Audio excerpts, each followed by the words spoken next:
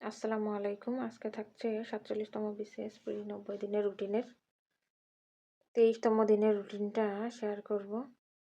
তো আজকে আমরা সংবিধান পড়ব।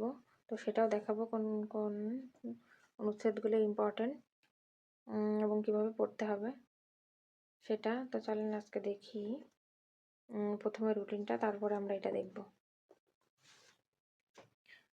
এখানে থাকবে হচ্ছে বাংলা। বাংলা হচ্ছে তেভাগা আন্দোলন। এখানেও তেভাগা আন্দোলন ভিত্তিক রচনাবলী আছে। তো সেই অংশটা পড়বেন। এরপরে থাকবে হচ্ছে ম্যাথ। ম্যাথ হচ্ছে মুনাফা। মুনাফা হচ্ছে পার্ট 5।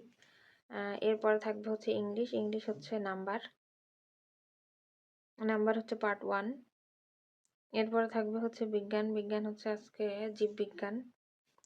গতদিন শেষ হয়েছে, তো জীববিজ্ঞানে আর যেগুলো বাকি আছে সেইগুলো সবগুলো পড়বেন।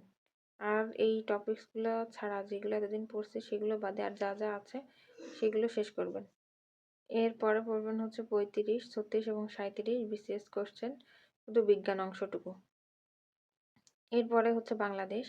বাংলাদেশ বিষয়াবলী থেকে থাকছে হচ্ছে সংবিধান। সংবিধান হচ্ছে দ্বিতীয় ভাগ।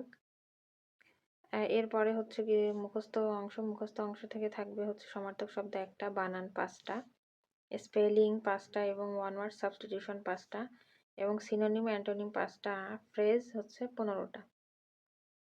তো চলেন আমরা এখন দেখি সংবিধান। সংবিধান মূলত সবগুলাই পড়তে হবে, তবে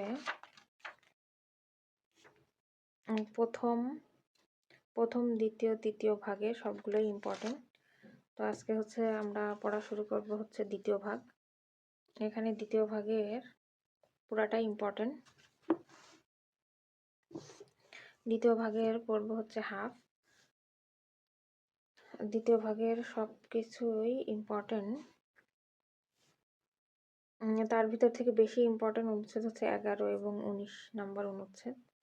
দ্বিতীয় ভাগের প্রত্যেকটা অনুচ্ছেদই পড়তে হবে, এইগুলা বাদ দেওয়ার কিছু নাই, কারণ এখান থেকে কোশ্চেন বারবারই হয়।